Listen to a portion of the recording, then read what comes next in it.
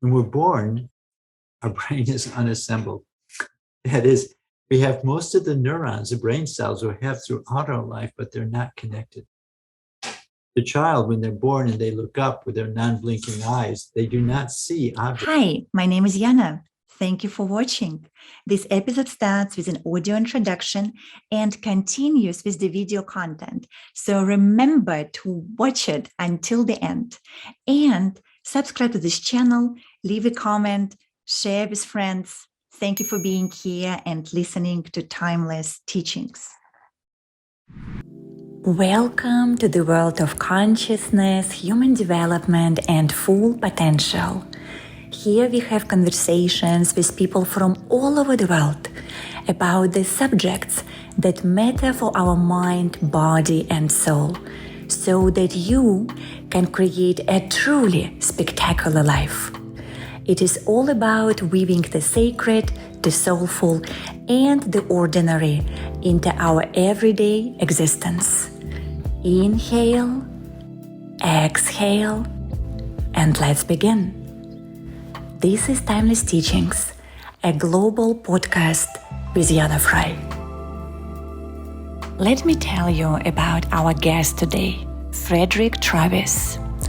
And I would like to go into more details about the background of this incredible man who truly studied the states of consciousness. Dr. Travis is a director of the Center for Brain, Consciousness and Cognition at the Maharishi International Management University. His work has been focused on brain development from birth to adulthood. He has been studying effects of stress on brain functioning and effects of meditation on the brain during and after meditation practice. He also studied subjective and objective markers of higher states of consciousness, brain patterns of peak performance, and effects of other technologies from the Vedic tradition of India, such as yoga asana practice, listening to Vedic recitation, and effects of the built environment on an individual. Dr. Travis has published 84 papers and book chapters and has authored and co-authored 4 books. Isn't it remarkable? Let's welcome Fred. Fred, thank you so much for joining us today. It is such a pleasure to have you on Timeless Teachings. Thank you, Yana. It's great to be here. And what we usually do, we just drive right in. So I would like to go with the first question, where I always ask guests to tell a little bit about themselves, a little bit about your own story, and how did you become the person you are today? Very interesting question. I think the essence of who I am is to explore the outside world. When I was maybe 8th or 9th grade, I wondered if birds see in color. And so I had a parakeet and I arranged these doors of different colors and I put food behind some of them and put the parakeet in front of one door or the other door. And come to find out they see color. But that's always been what has been pushing me, is using the tools of science, that is, of taking an idea inside and just projecting it outside to see how well it fits. And when I went to get a graduate degree, I had an undergraduate in design and environmental analysis. I wanted to get a graduate degree in psychology. Most of the programs were quite limited. You looked at one thing. They were narrow in terms of their focus. There was one PhD at Maharishi International University, which was much broader. It looked at development, it looked at information processing, it looked at sociology, it looked at psychophysiology. So that's where I went for my PhD. I also went here because it's a school which uses meditation to explore inner subjectivity. So in class, you're looking at knowledge and facts and models and so on. But then part of each class, you close your eyes. The meditation that we learned here was transcendental meditation. It's a meditation for transcending. allow you to go beyond concepts and thinking and doing and just experience that silence, which is underneath thought. And so as part of my desire to want to understand the world, it was very intriguing to me of how the brain changes during these meditation experiences which are outside of normal waking. Or experiences outside of normal waking, you're seeing things, you're hearing things, you're interacting with the world. There's always activity, there's always some localized specific experience. In the process of transcending, things just settle down and you're awake, you're alert, you're quiet, you're full, but you don't have anything in mind. You're not thinking, you're not experiencing, you're not reflecting. It's just a state of being. So those two things together, that experience of inner being and the desire to know, have propelled me to the last 40 years to look at the brain, see how the brain changes during meditation states, development across the lifespan, to look at the brain in world-class performers, to just better understand who we are and how we see the world. This is beautiful. Thank you very much for sharing. And of course, I'm coming then with the next question. When you were mentioning different states of consciousness, you were saying just about transcendental state and wake state. So could you please take us through all of them and just explain the difference between them? Yes, so states of consciousness. Everyone listening to this podcast is in the waking state. And waking state is hopefully, unless they are going to sleep, but hopefully. Yes. And in waking, there's objects that we're thinking about. It could be outside perception. It could be things, thoughts in the mind. It could be feelings. But also there's a sense of self. We're having that experience. And these two things, sense of self and content, are what characterize waking state. The opposite of that is sleep.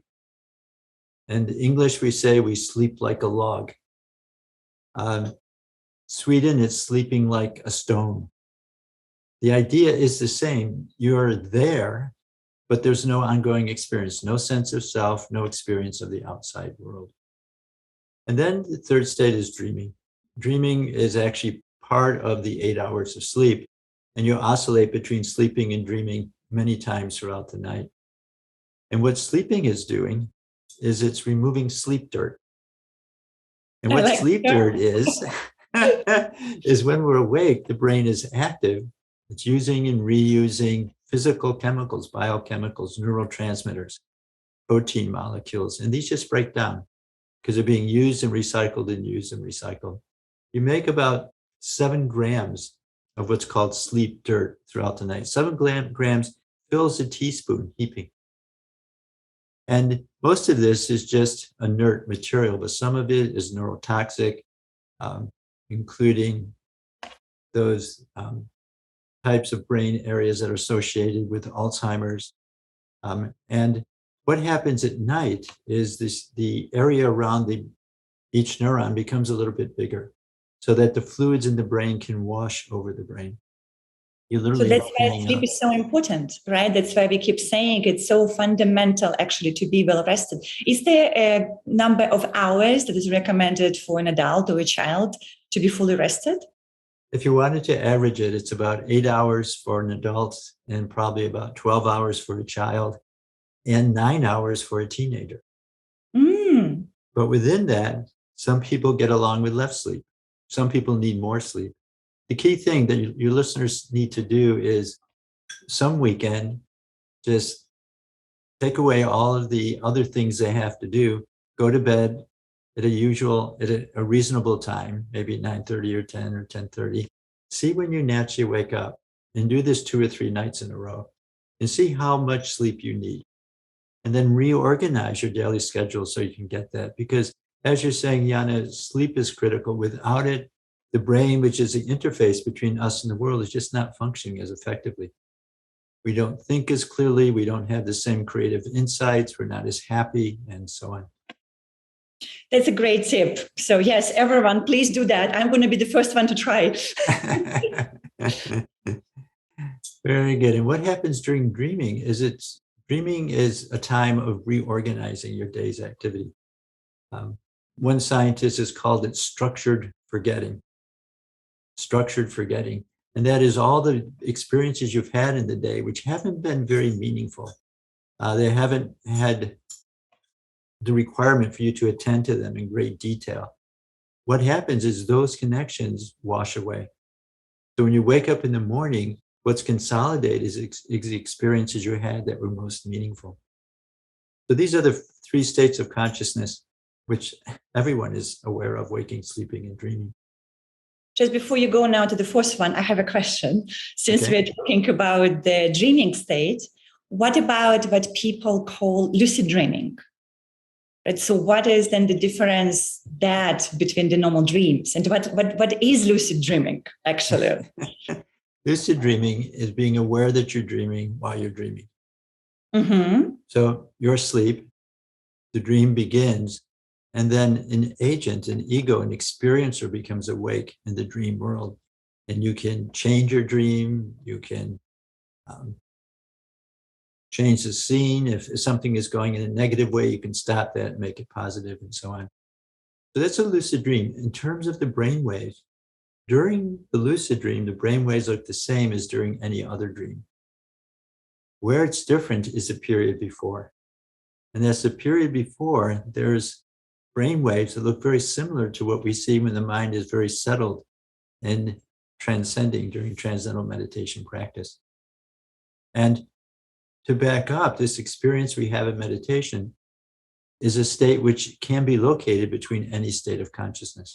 As you go from sleeping to dreaming, as you go from dreaming to waking, waking to sleeping, the waking state is settling down, the physiology is settling down, the experience is settling down, say, of waking. Before sleep actually comes up, there's a period of this inner wholeness, inner silence in this junction point.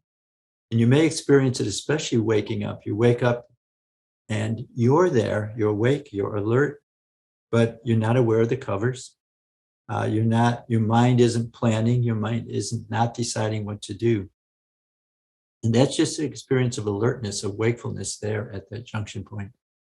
And artists, scientists have talked about the great insights they have as they come out of sleep, or maybe as they're going into sleep.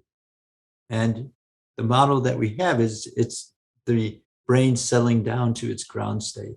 And so back to lucid dreaming, that period, that experience in what we call the junction point between sleeping and dreaming is just a little longer.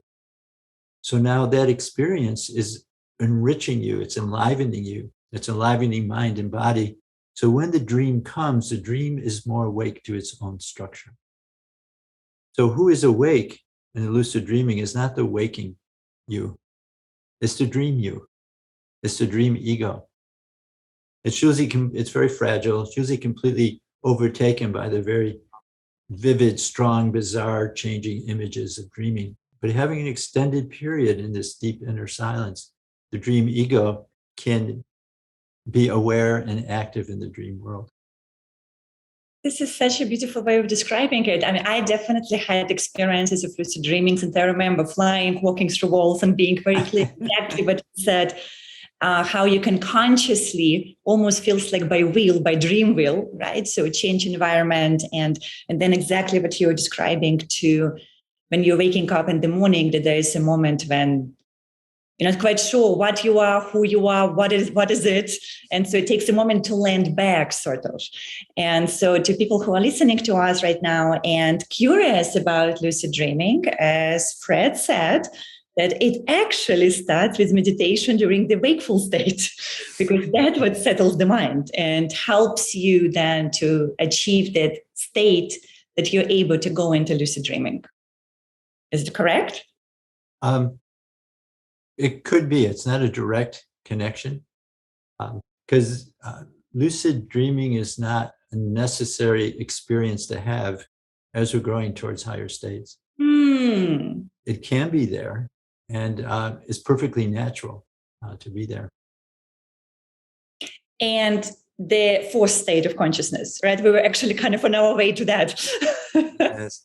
So what's the fourth state? So let's just say we have waking, in which there's sense of self and there's content. We have sleeping, where there's no sense of self, no content. We have dreaming, where there's vivid dream images and there's usually no sense of self. What that leaves is a state in which there's a sense of self and no content. If this was to be an integrated picture. And that's what transcendental consciousness is. It's that part of you when you're silent, when you're not thinking, when you're not acting, but it's still, you're alive, you're existing, it's being, it's wakefulness itself. It's what happens when the whole mind completely settles down. And what you experience is that part of you that's universal. Because there's no specificity in mind, you're not limited in time and space. The experience is being outside of time. Being outside of space, you don't feel confined to your body or to your room, or it's just space has no meaning. And this can occur spontaneously. And we talked about waking up, you have a brief experience of that. This can occur in any time when the mind is rested and when the mind's not directed in a very strong way. Abraham Maslow, whole career, looked at these spontaneous experiences and he called them peak experiences. They were outside, it was hard to explain. The word is ineffable. Just the words did not capture a state in which there was no boundaries, there was no labels to put on it. It's transcendental, one feels whole and complete. And these experiences can occur at any time when the physiology is in the correct state. And with certain meditations, especially transcendental meditation, which is designed for transcending, you can begin to have that experience in quite a systematic way, morning and afternoon in your meditation practice. And then that experience begins to support your thinking, support your ongoing experience, support even your perception. You were mentioning the physiology. Is there anything besides meditation that is important to do to align physiology in such a way that it helps us transcending? Great question, Yana. Yes. We just talked about sleep. Mm-hmm. When you clean out sleep dirt, it makes you clearer and more awake during the day, but it also allows your meditation experiences to be deeper and clearer. So regular sleep. Physical exercise is important. The body has to be in good shape. And then what it does, it allows the experiences to be clearer, more settled. The body's like the vehicle that takes us through life. And if the body is in tune, if the body is functioning well, we find that everything, we find our thinking, our clearing, we have physical energy during the day. Also, we find that the process of transcending is deeper. Food is important. If you have the wrong food, it's going to lead to indigestion, or it's going to lead to just clouding of fine levels of experience. So those are some, and also your relationships, because we ingest not only food, but we ingest our experiences. By that, I mean that the experiences are actually translated into chemicals in the physiology. And these are chemicals of happiness, chemicals of anxiety, chemicals of well-being. And so our relationships are very important in how we use our mind. Do we use our mind to explore more expanded ideas, use our mind to explore those ideas that can help others? You know, all of this is supporting the experiences that we can have, the quietest level of the mind. Thank you for sharing that. And we looked at 4 states of consciousness, right? So you were talking about the awake state, the sleeping state, the dreaming state, and a transcendental state. And you mentioned that actually lucid dreaming as part of the sleeping state, it is not a required experience for people to go into the higher state, which I feel is important information to repeat, because sometimes mind kind of goes, oh, I need to experience that. If I don't have it, something is wrong. I'm not progressing. So what you were saying, actually, some people get it, some not. So, you know, for our audience, if you experience, it's wonderful. If not, it does not mean that something is wrong with you. You might still be going into the higher state. And that's why my next question for you, let's talk about then the states of consciousness, and particularly the higher states of consciousness. And then what actually happens to a human being in those states? And why do we even want to go there? That's maybe the big question. Yeah, higher states of consciousness are just the continuation of growth that we started when we were first born. They're part of what the physiology is designed to do. And they're higher, just that the physiology is functioning different. Sense of self is fundamentally more expanded. And also the self-object relationship changes. So let's just take this through. So we're born. When we're born, our brain is unassembled.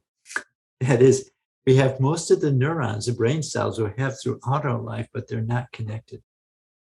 The child, when they're born and they look up with their non-blinking eyes, they do not see objects.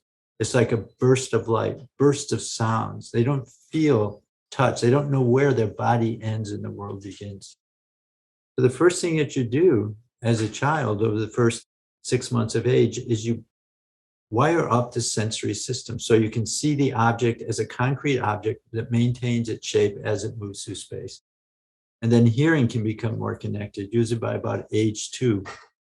You can parse out this series of sounds, which is continuous, and actually divide it into words.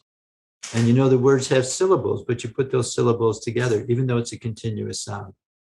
This is what the brain learns to do just by bringing information in. So they're born.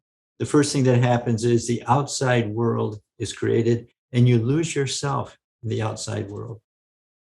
There's no awareness of me experiencing mother or father or sister. It's just you're completely lost in that experience.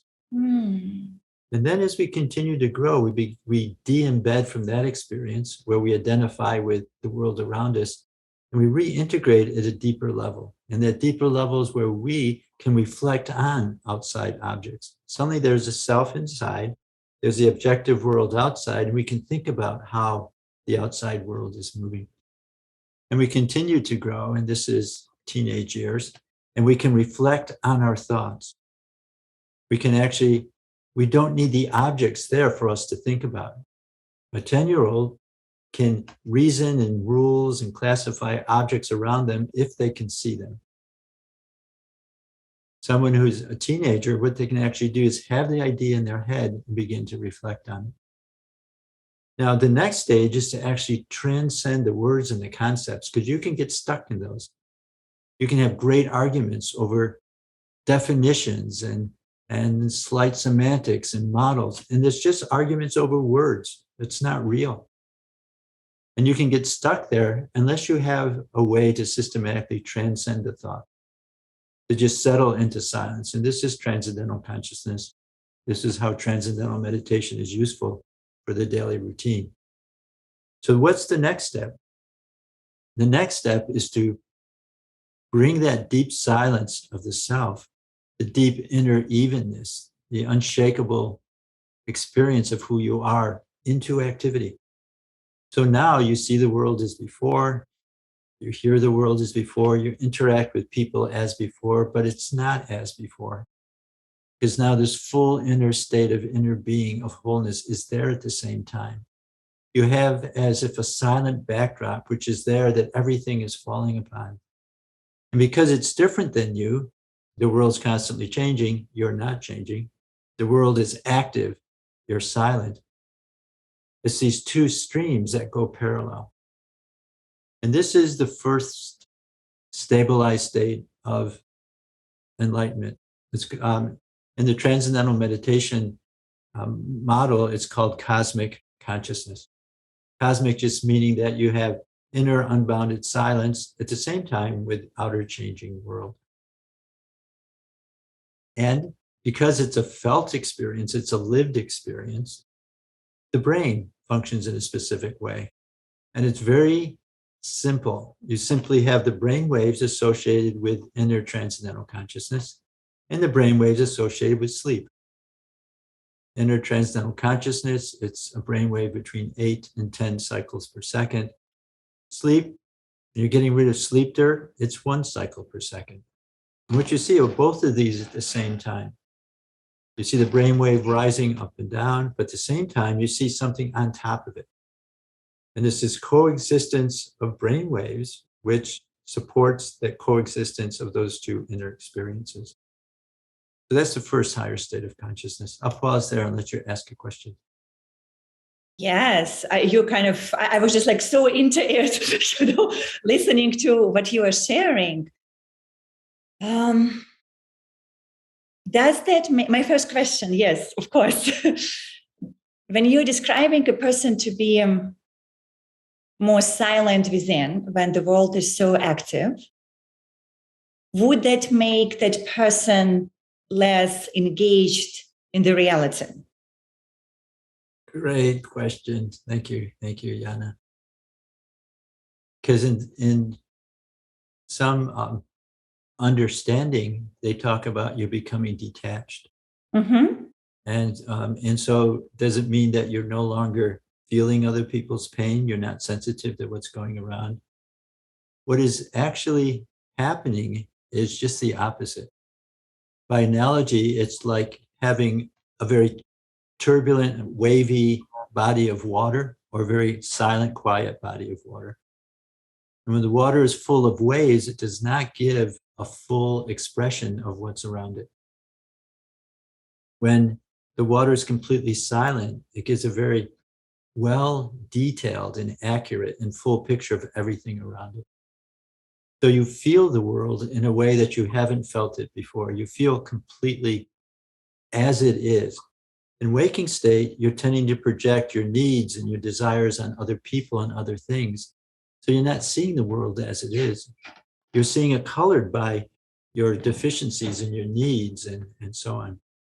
What happens in cosmic consciousness, when you're silent, you can appreciate the world as it is. You can appreciate it in its fullness. And you can appreciate the degree of pain. You can appreciate where people are going and growing.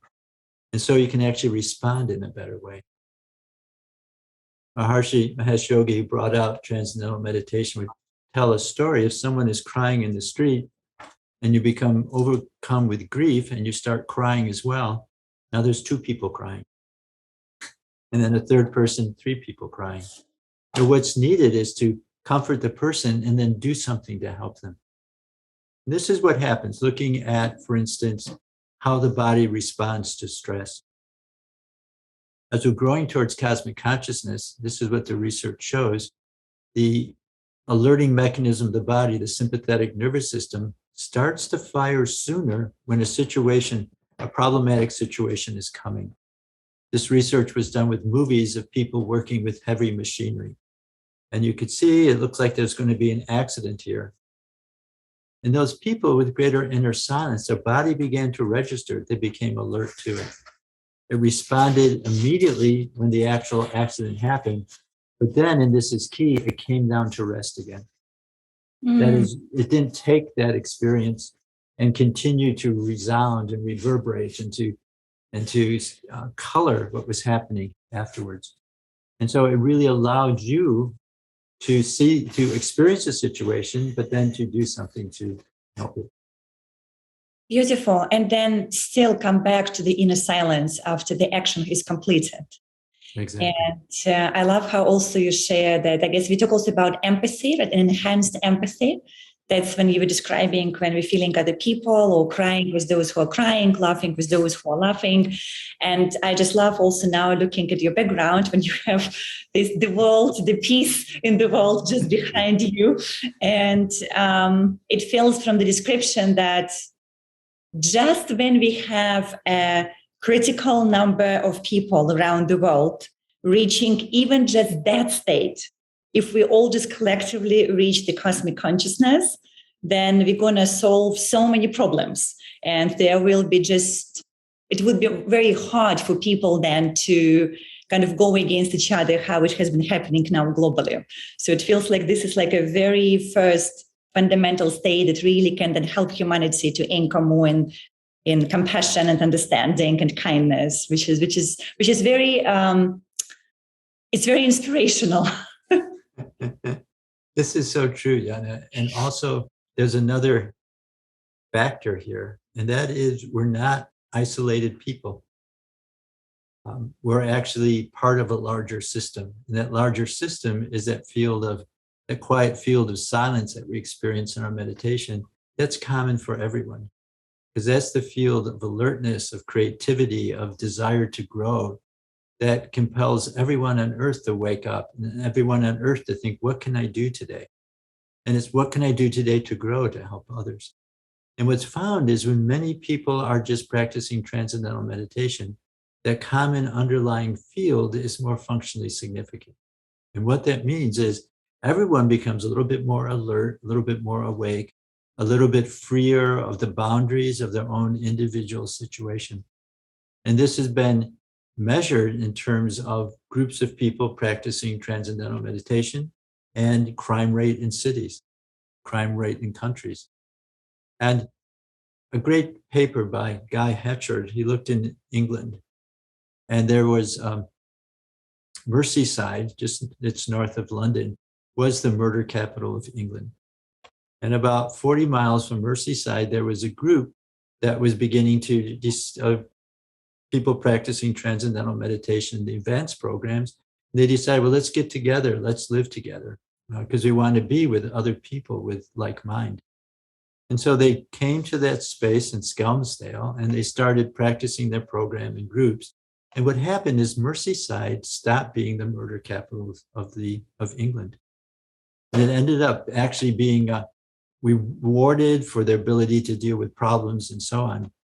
So Guy Hatchard went to see, okay, what changed? And on the surface, everything was the same.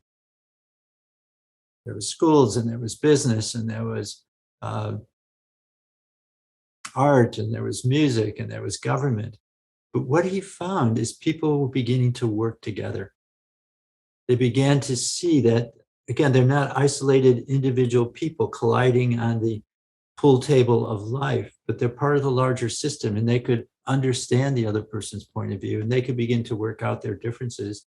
And it's just that in 47 different areas, he was able to mark just greater cooperation. And this is the reality, that we have the tools to actually change strife. We have the tools to change what's happening in Ukraine, in Russia. And that's actually occurring. Groups are assembling and doing their program together in the surrounding countries to try to change that knot of stress which is there, to try to change where the people's attention are. So they will realize that it doesn't profit anyone to destroy infrastructure and destroy other people's lives. And also when we talk about individual practitioners, right? So, I mean, one thing when we come together in the group, but then also we talk about people who are just practicing for themselves, but I hear often that it could be maybe only one or two people in the family, let's say in a big family, who are actually meditating, and they often get concerned about everyone else in the family. Like parents maybe don't do this, or maybe spouse does not do it, or maybe your children don't do it for whatever reason, right? But then you're the only one who feels like you are on the path and you're holding the space and you're doing your practice. And what I see that often people sometimes almost forcefully try to convince other family members to join. And I feel also what you have been sharing, what I have seen in general in life, that sometimes it's just enough for one or two people in the family to be very strong in their own practice and just be very committed to this. And then over time, the consciousness of everyone in the family starts to settle and to transcend, just because one of the people meditating on the regular basis. I mean, I definitely have been seeing it in my family. And so it is also an encouragement for people who just meditate. Please keep doing it, regardless of whether your immediate family is there or not. Excellent point. Yeah, it's so important, especially with family members. If you're enjoying whatever you're enjoying, it's important not to push whatever you're doing on others, because they'll watch you. I mean, that happened. I started transcendental meditation. I went off to become a teacher. I came home and my sister had learned to meditate. And she just saw differences in me, as you were just saying. And those differences are what are real. That's what people can really appreciate. And also the fine feeling level, just being around you. You suddenly want to be around the person where before it was hard and it was a strain and you really felt confused or even pressed upon by the other person. And when that disappears, it's a very real experience. Yes, which brings us then to the next higher state of consciousness. What is happening after the cosmic consciousness? Where do we go? Excellent. So let's think, where can we go from here? The self, you, what you know yourself to be, you're outside of time and space, you're full, you're silent. What can happen now is that a value of fullness, of silence, of harmony begins to move into the environment, begins to move into what you see. And you begin to see things less in terms of differences and more in terms of similarities, of harmony. You begin to walk outside and you see you don't have a tree and grass and animals and the sun, but rather they're part of a larger system. And that's how you begin to appreciate it. You're less drawn to what's different in the environment. You begin to be drawn what's harmonious, what's whole.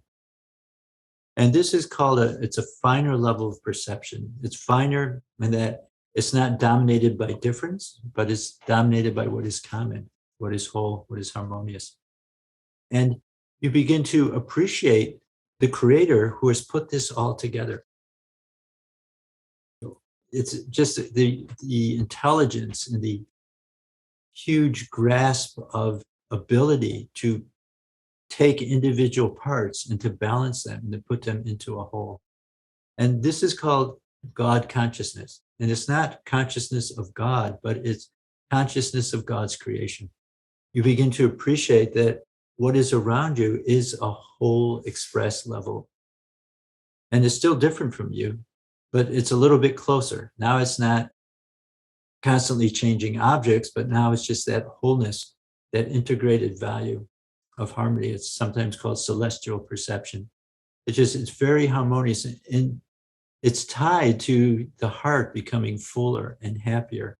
And you're more in love with the world around you, not in a physical sort of way, but in a deep appreciation of everything around you.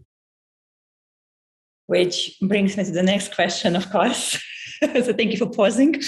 When we talk about the heart opening, right? So when you're describing it, it feels to me it's exactly that. So, and this has been in all ancient modalities and mystical schools, and the big part of the higher states of consciousness, the journey and the transcendence, is when there is the heart opening. And so when you're talking about this feeling of love, I think it's also important to clarify it's not being in love with someone in particular, right? So it's not falling in love, let's say, with the person or a particular tree or a particular animal. So it's actually an overall feeling in love. I feel that what they describe as when you become love, when you start radiating, when you start illuminating love, would that be around the celestial consciousness? Yes, love unites. And love knows no differences. That is, the differences are there, but what's important is the underlying harmony.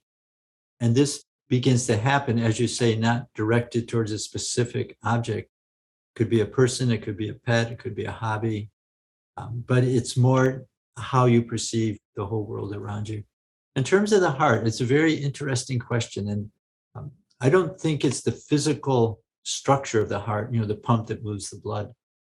But I think it is this part of the physiology. And the model we have of how this field of consciousness, which is a field, touches a physiology, which is localized in time and space. How's that possible? That's what Descartes was wrestling with. How does a mind interact with the body? Well, our understanding, it interacts in the spaces between. This field of consciousness touches the spaces between all the parts of the physiology. One of the spaces called the synapse. So that's where the output from one neuron stops. There's a space. Neurotransmitter goes to the other side, hits a receptor site, starts another action potential. That space is called the synapse. And science knows that synapse is a quantum mechanical structure. That is, it's a probability. Once one action potential ends, there's a 40 to 60% probability it will actually move to the other side and start another action potential. It's a probabilistic structure. It's not like a physical switch, a 0-1 on-off switch. If it's probabilistic, if it's probability, and then it's quantum mechanical. And I think that's where this field of consciousness touches the physiology. So all of the spaces in the physiology, and there's a lot of space here with the lungs, with the heart, and so on. And so I think our experience, because it is a direct experience, it's not intellective, that is, it's not words and it's not rational. It's a deep feeling. It's a real life feeling, which is there. And I think that's what we're doing. We're beginning to feel our connection with that universal part of who we are. And what about then the brain waves, right? We were discussing in cosmic consciousness, you were saying that it's almost like a two simultaneous brain waves are happening at the same time when we have this wakeful state, which we always have, like when we awake. But then at the same time, there is this wave, which is almost during the deep sleep, when we're clearing the sleep dirt. It's also happening at the same time, right? So that's kind of like you could see that the person is in a cosmic consciousness state from a scientific point of view. So, and then when we talk about the God or celestial consciousness, so what's going on then in our brain? That's the $64,000 question. I know. Am I being tough? Very tough. And we're actually working on that now. We have 79 people. We've talked to them about their experiences in a very intense activity, experiences in sleep, their sense of self. And from the description of their experiences, we're putting them in an order. From people having least expanded experience to those having most expanded experiences. And from this, we hope to answer that question, what changes? And when the perception is beginning to be refined, where in the brain? I don't think it's the back part of the brain. That's the visual sense. So that's where actually the object from the outside comes into the brain. I don't think that's where this is happening. I think it's more in how the visual perception is being integrated with other modules in the brain. So we'll have to see. One angle we're looking at is called cross-frequency coherence. And we talked about coherence, and we talked about, we haven't talked about coherence yet, but what we did see... Actually, yeah, let's talk about coherence. It's important. Yes, what is coherence? Yes. People don't understand.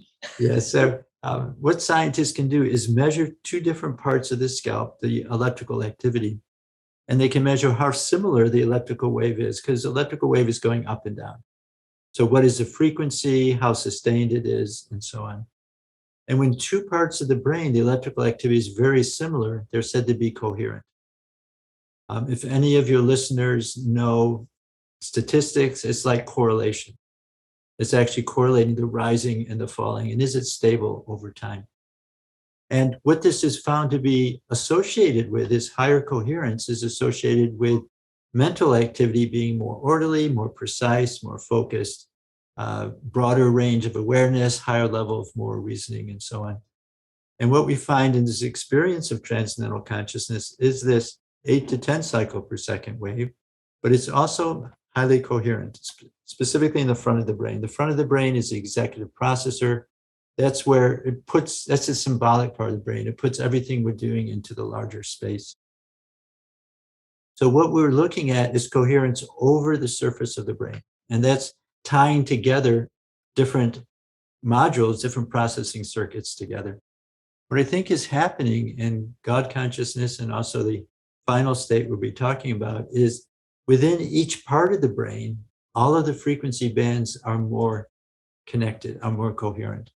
As if pass the baseline at the same time, and you get a 10 cycle per second wave, which is going up once every 10 times a second. You get a 20 cycle per second wave, and they cross the baseline at the same time. And as a 1 cycle per second wave goes up, the 2 cycle per second wave goes up twice.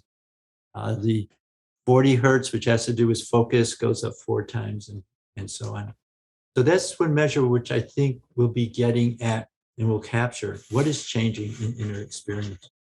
Because it's not as though we see like with a microscope, or it's not as though the vision is changed, it's the appreciation of the vision. It's the appreciation of the wholeness, which is there. So I think that's what will be changing, and that's what we're working on right now. I'm so excited, to witness when you get a little bit more information. So once you actually see it and figure it out, so please let us know that we will record another interview, because I think everyone would love to hear exactly what is actually happening.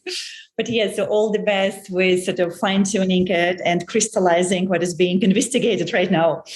So then let's move to the next state of consciousness, right? So we look at the cosmic consciousness, we look at what is called celestial God consciousness.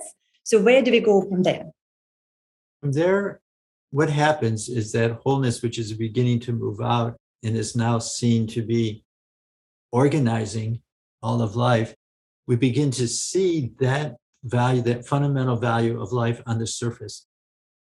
It's as though the analogy that maharishimaheshyogi uses is sap. And the sap is expressed as the red petal and the green leaf and the hardness of the stem and so on. In unity consciousness, you begin to appreciate that all of these are expressions of the sap. And it's a direct experience. You've actually penetrated the boundaries and beginning to see that wholeness, that energy, which is rising up in those boundaries. And you appreciate that as your own deep inner silence. And so suddenly everything that you see is as dear to you as yourself. And everything that you see is as if part of who you are. Now, again, this who you are is not this physical frame of a certain age and nationality and so on, but who you are is that unbounded field of wakefulness, of awareness. We call it pure consciousness, pure not being a value term, but meaning just consciousness itself. And begin to appreciate that everything is just a fluctuation of that value. And then the world is my family. The world is as dear to you as you are to yourself, because that's your direct experience. And you see people thinking and acting, and you see it's all part of the larger play of what's going on outside of you. Yes, I'm listening and I'm like, yeah. That just sounds like a dream world for the humanity. It would be wonderful. Would be actually not, it's not just wonderful. I have a very strong feeling that maybe the next generation or maybe the following generation after that, but inevitably that humanity will be reaching the highest state of consciousness. And if we're lucky to be reincarnated, so I believe in reincarnation for those who are listening, you might not, it's a choice, I do.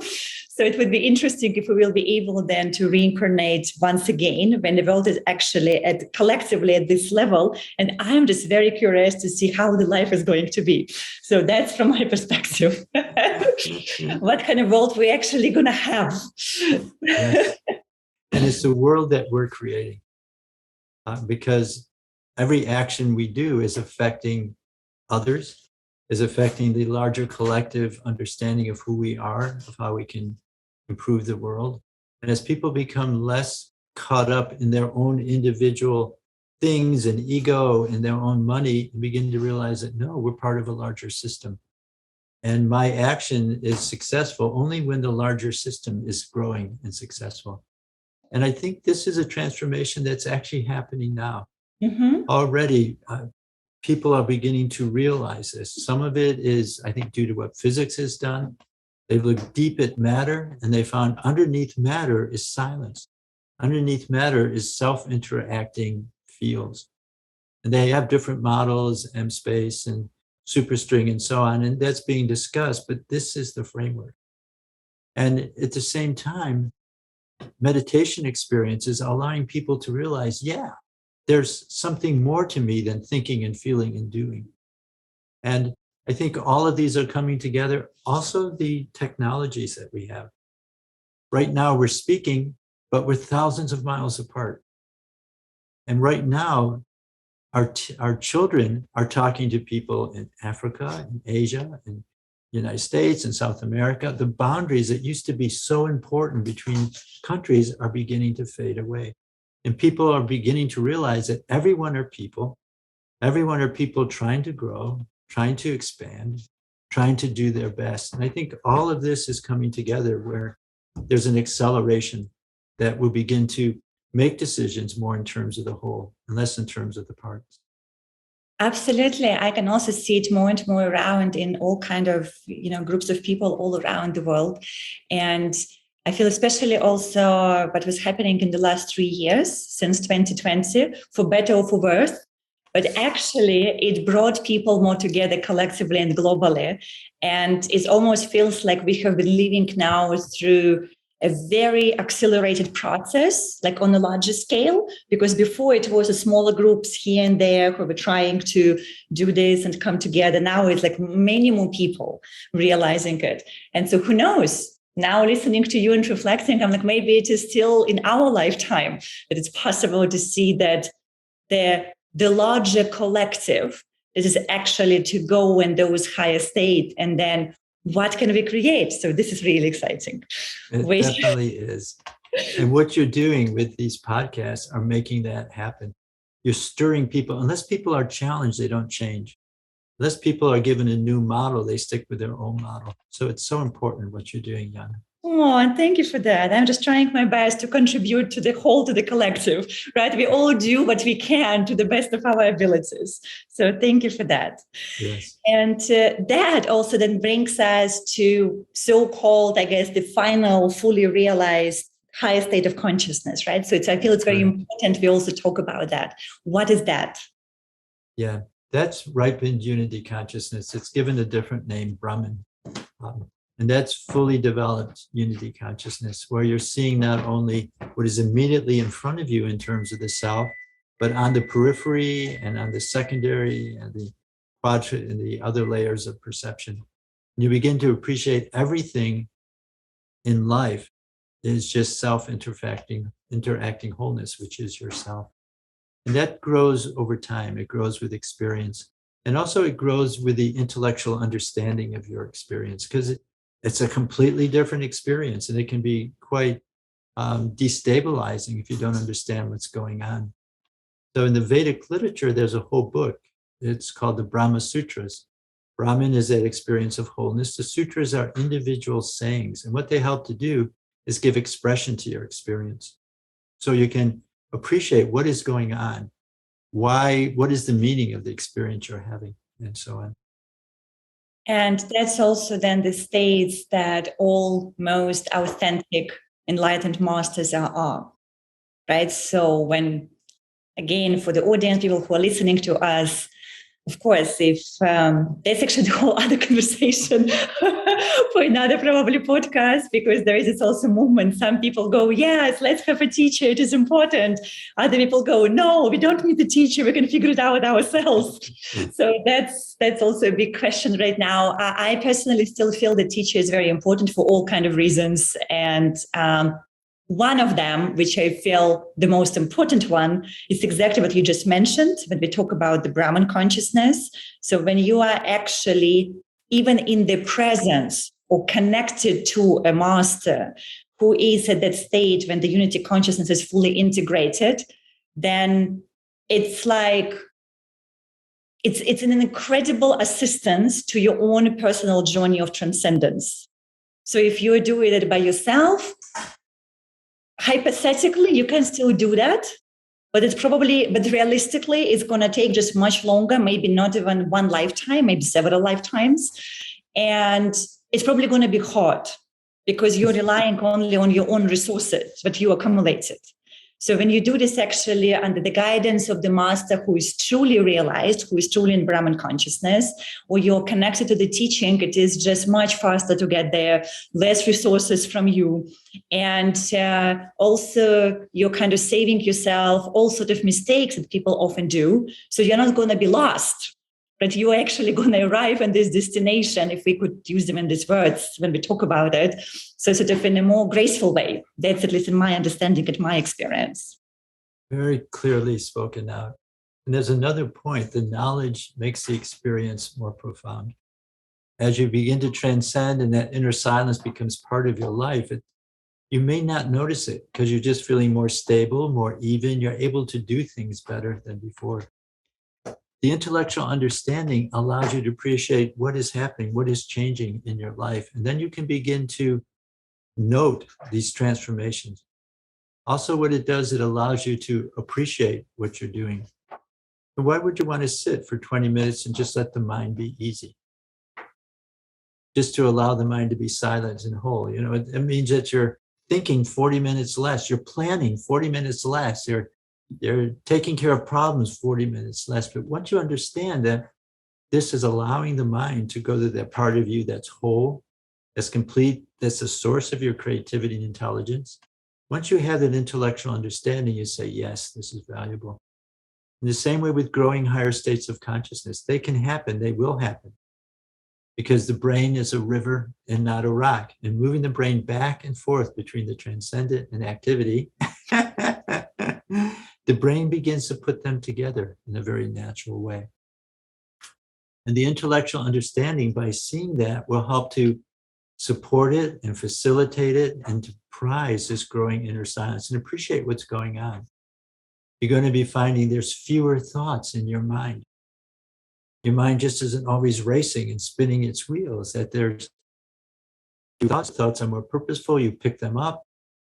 You don't sit and ponder for long periods of time, but you think, and one thought comes up and it seems good, and you take it and go. So the intellectual understanding is so key.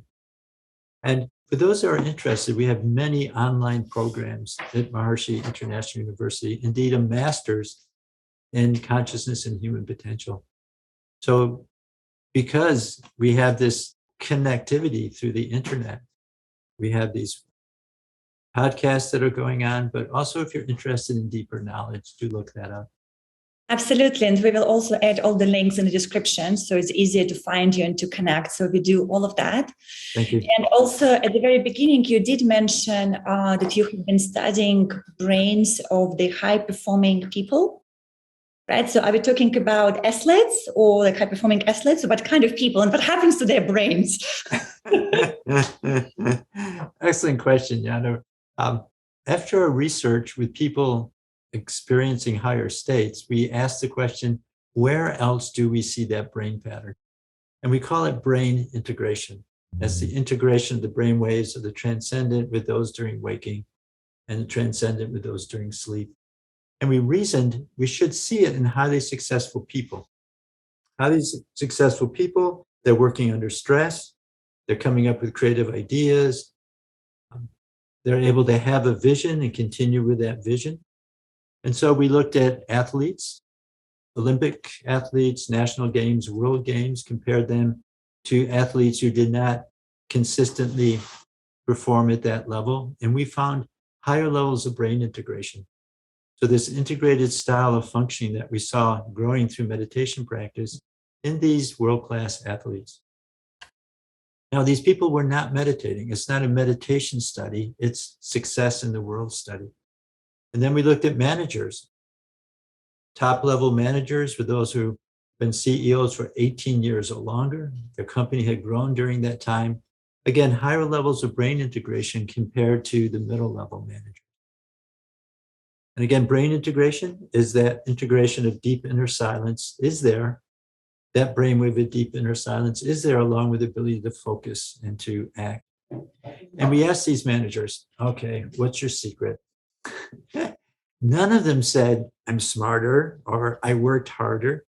What they all said is they could rely on their inner intuition.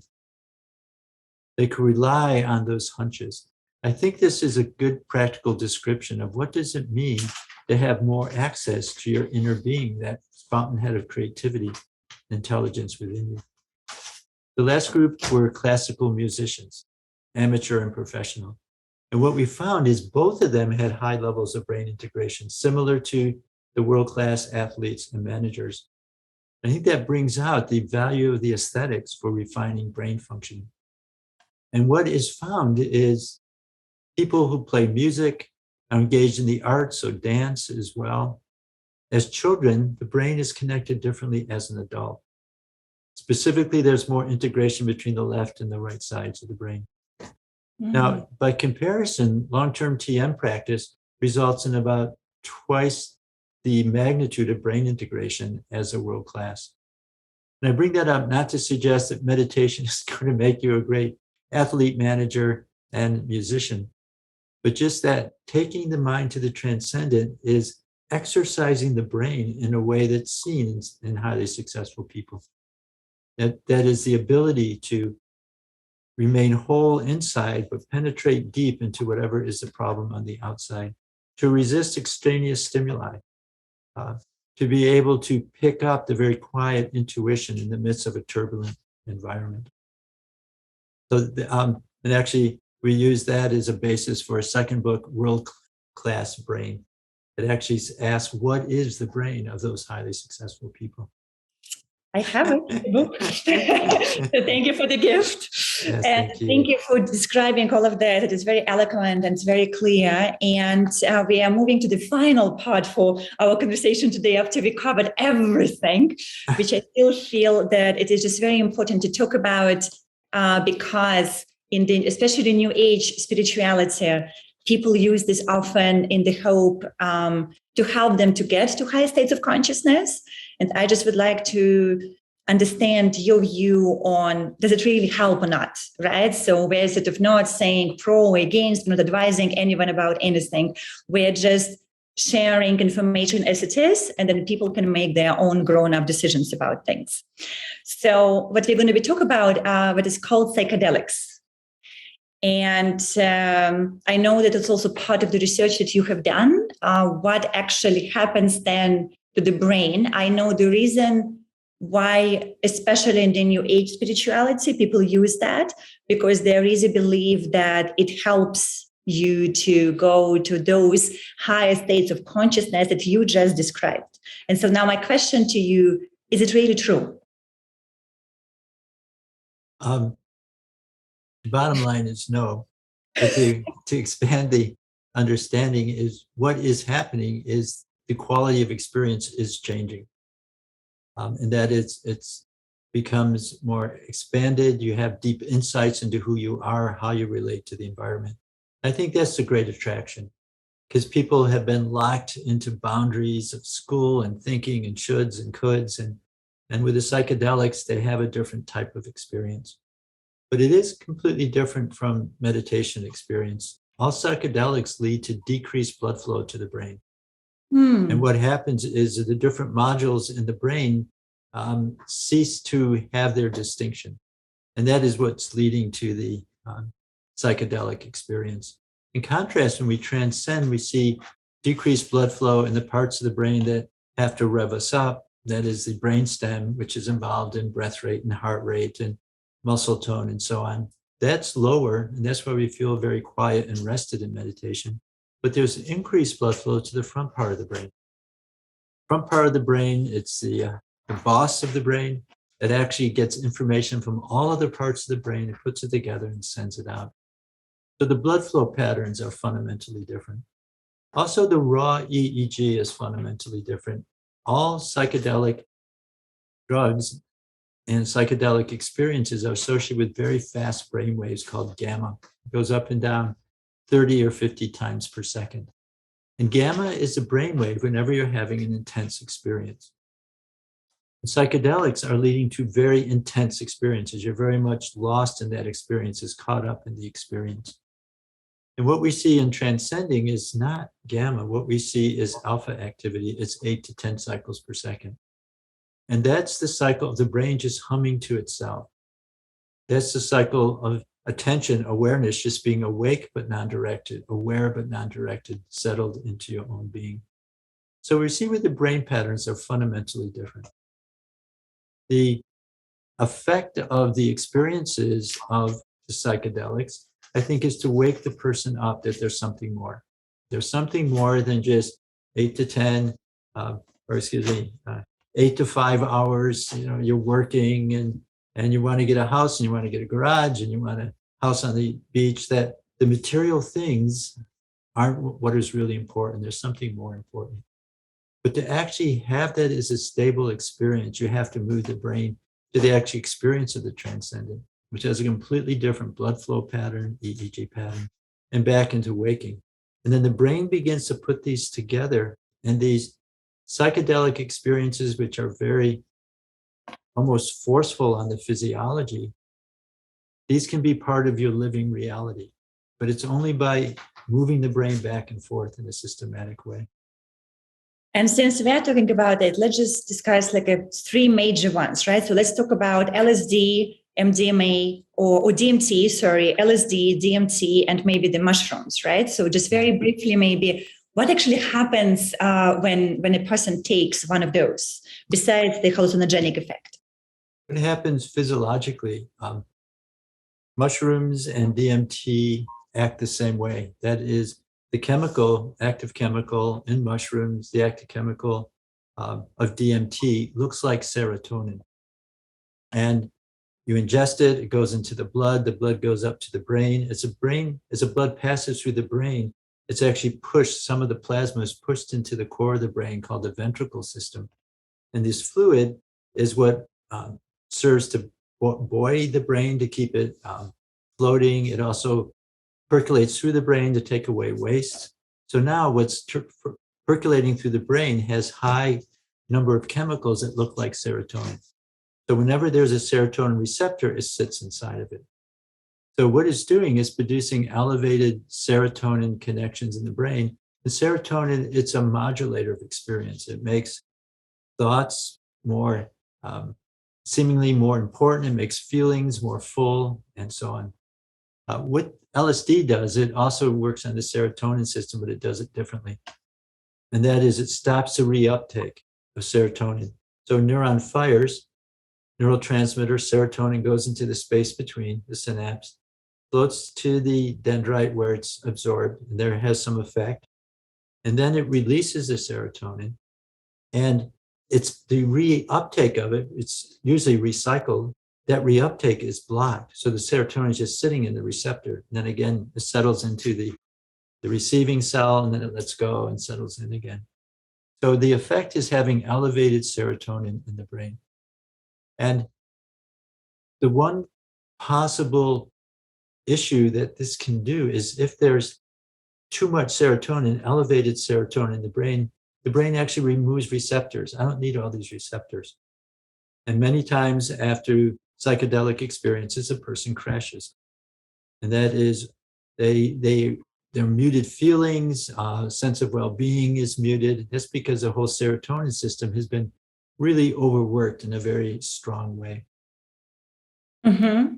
So basically, there are no shortcuts to the higher states of consciousness. That's what we're finding out. And I assume with the things like marijuana, or what was that, the amphetamines or cocaine, right? I guess it's just a different, maybe physiological reaction, but it's a very similar underlying kind of message that it's not something that can help to stabilize a higher state of consciousness. Rather than actually on opposite what you were saying, it creates more volatility, and there is more sort of instability. And what I heard from some other people actually at the Maharishi University saying also that when a person takes any sort of psychedelic or any sort of enhancement, whatever we call this, right, for the higher state, then after the visions and everything are gone, because we open so-called the third eye. And then that the third eye, if we use this language, shuts down after the experience is wearing off. And apparently it is much higher, much more difficult could be to develop it again and to open it again through meditation, actually, because it's like the door that is just being shut close. And then you kind of need to probably meditate a little bit more to open it again. So I'm not sure if it is like true or not, but that's what I heard from people who have been meditating also for a long time. Yeah, it's very true. Every experience is changing the brain. When you have a very overwhelming experience, like a drug experience, it is leaving its trace in brain function. And so then you need to work with that. There's some work at Johns Hopkins on the effect of psychedelics for therapeutic depression, PTSD, and so on. What I find intriguing is, first, the people do experience psychedelic experiences, so the cognitive content of their experience is different. It does change them because it's a huge revelation. It's like you've been watching television with most of the TV covered with masking tape. You're just seeing a little part in the middle. And what the psychedelics are doing is they're turning up the perceptual mechanism. It's like turning up the color card. And you begin to see something underneath the masking tape. Suddenly you wake up, oh, there's something more to life. And this is what people say. About half of them say these experiences were very life-changing. But then they say they don't want to continue to use it because they realize it's not a step to have that in a stable way. It did have that effect to help them go the next step forward. But it's not something, as you're saying so clearly, Yana, a way to actually stabilize it. Thank you very much for sharing all of that. And that was such a powerful and deep interview. You're just a fountain of knowledge, Fred. And I think we could have been talking with you for hours and hours. And yet I also understand that the attention span of a modern person is only so much. So, and we're really stretching it today. And I just feel that you have so much to share. And I really wanted to give you opportunity to share all of it. So with my intention that people who are listening to it, they will find one way or another, because we talked about so many things today, that they will find what resonates with them and hopefully helps them on their journey into the higher state of consciousness, into the journey of the meditation. And of course, as I shared at the beginning that, or in the middle somewhere, that we will be including all the links and connections so you can connect with Fred and ask any questions. And also, if you want to learn more about programs at the Maharishi University, all these links will be provided in the description. So make sure you read actual description. And Fred, thank you so much for being here today. It was absolutely a phenomenal interview. Thank you, Yana. I've enjoyed it. Thank you for your attention. Thank you for what you're doing. A gentle reminder that this is not a regular podcast, because here we have no rules and no scripted questions.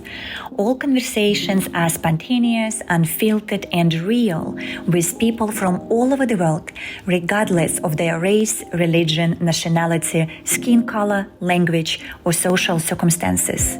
The intention for this podcast is to showcase the infinite variety of how human beings think and what they do to create happiness, fulfillment, self-realization, health, wealth, legacy, and overall, a truly spectacular life. Did you enjoy the interview? Feel free to share this episode with friends, subscribe to the podcast and YouTube channel, and follow us on social media. And remember, you are the master of your own life.